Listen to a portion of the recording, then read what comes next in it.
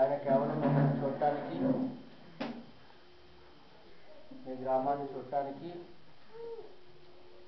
ఆయన యొక్క వాక్యాన్ని మీతో పంచుకోవడానికి మాత్రమే వచ్చారు. అలాగే ఆయన వాక్యాన్ని మీతో ఇప్పటికే చాలా సమయం అయింది కనుక మరి మీ ఆరాధన సమయం ఎన్ని గంటలో మాకు తెలియదు, కరెంట్ లేదు. కాబట్టి మేము త్వరగా ముగించుకోవాలని ఆశపడుతూ ఉన్నాం. కానీ దుర్గారు అడుగుతున్నారు, వారు ఆరాధన చేస్తారా, ఆరాధనలో వారు భాషలు మాట్లాడతారా, వారు భక్తిగా ఆరాధన చేస్తారా ఈ గ్రామాన్ని అడిగారు.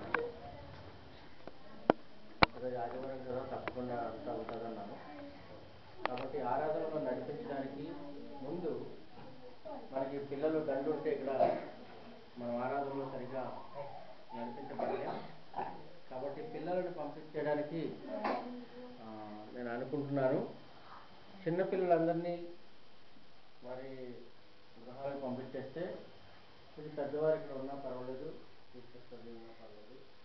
పెద్ద పిల్లలు అంటే 3వ తరగతి దగ్గర నుంచి ఉంచండి, మిగతా వాళ్ళందరినీ పంపించండి. మరి వారిని పంపించే ముందుగా నేను గారి ద్వారా వారి చిన్న బహుమానాలు పిల్లలకి ఇవ్వాలని అనుకుంటున్నారు.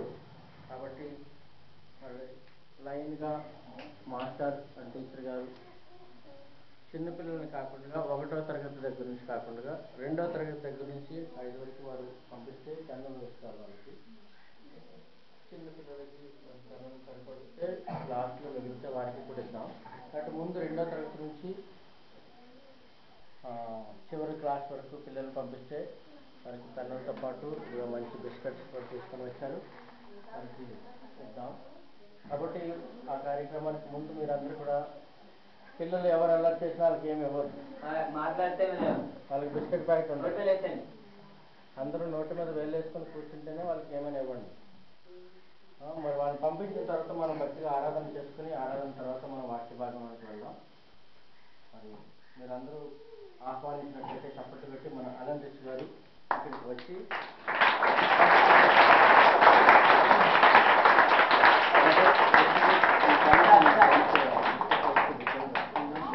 feeling sleepy and we send them home. So they can go. From here? They can.